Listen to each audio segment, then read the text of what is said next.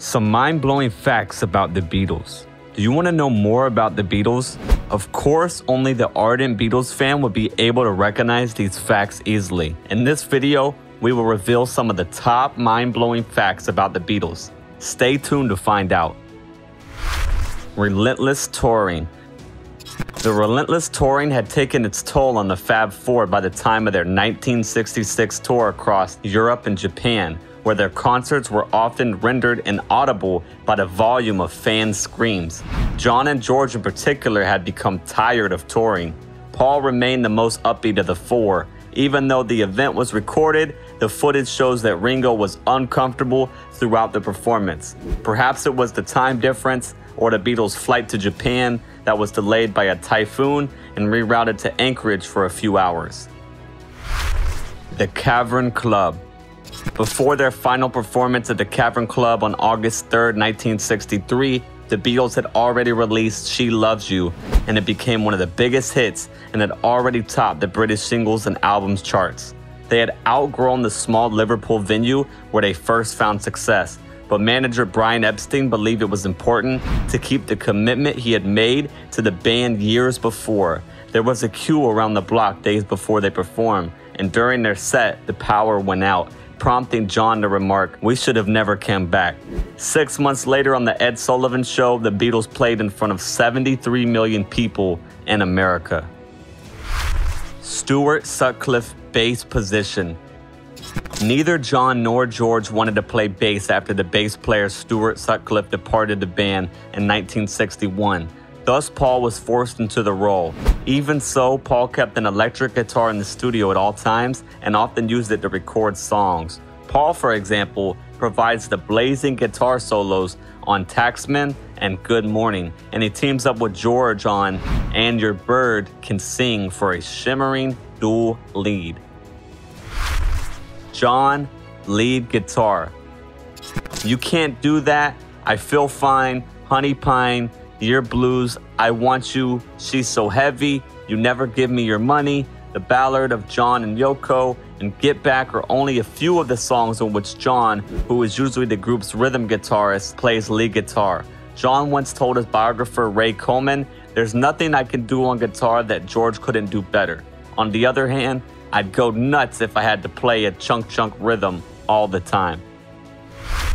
Honey Pie remark. Paul wrote Honey Pie, but when asked about it years later, John said, "I don't even want to think about that one."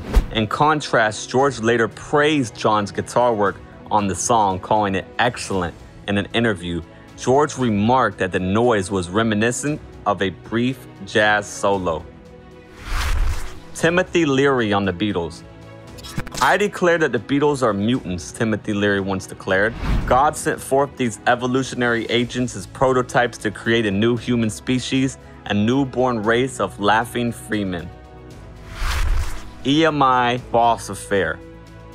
The boss of EMI was so angry at George Martin for having an affair with his secretary that he forced Martin to sign and record the Beatles. Martin's manager pushed him to sign the Fab Four because the sheet music division wanted to use Like Dreamers Do, a song by the band. The Beatles were supposed to record the song for EMI's Parlophone label, but they never did. The song was captured during the unsuccessful Beatles Decca session. It's a decent tune, even though Paul later deemed it quite terrible. Oddly, this happened after Brian Epstein had already played Martin a copy of the botched Decca session. Martin had decided he didn't need to sign them because of how lackluster the recording was. But thankfully for everyone, he had his hand forced eventually.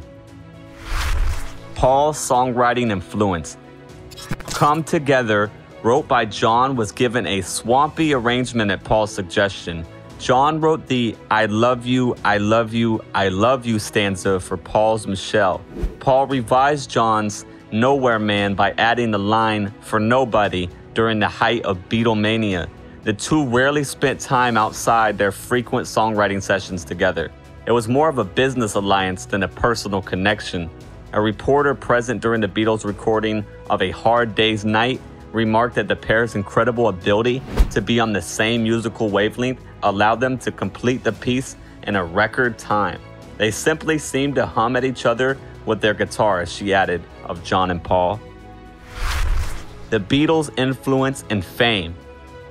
By the mid-1960s, the Beatles had achieved fame usually reserved for presidents and queens. To facilitate the motorcade carrying the Beatles to their hotel, authorities in Tokyo blocked down a section of the route connecting the airport and downtown. Around 300,000 people lined the route from the airport into downtown Adelaide in 1964 to catch a glimpse of the Beatles when they drove through on their only visit to Australia.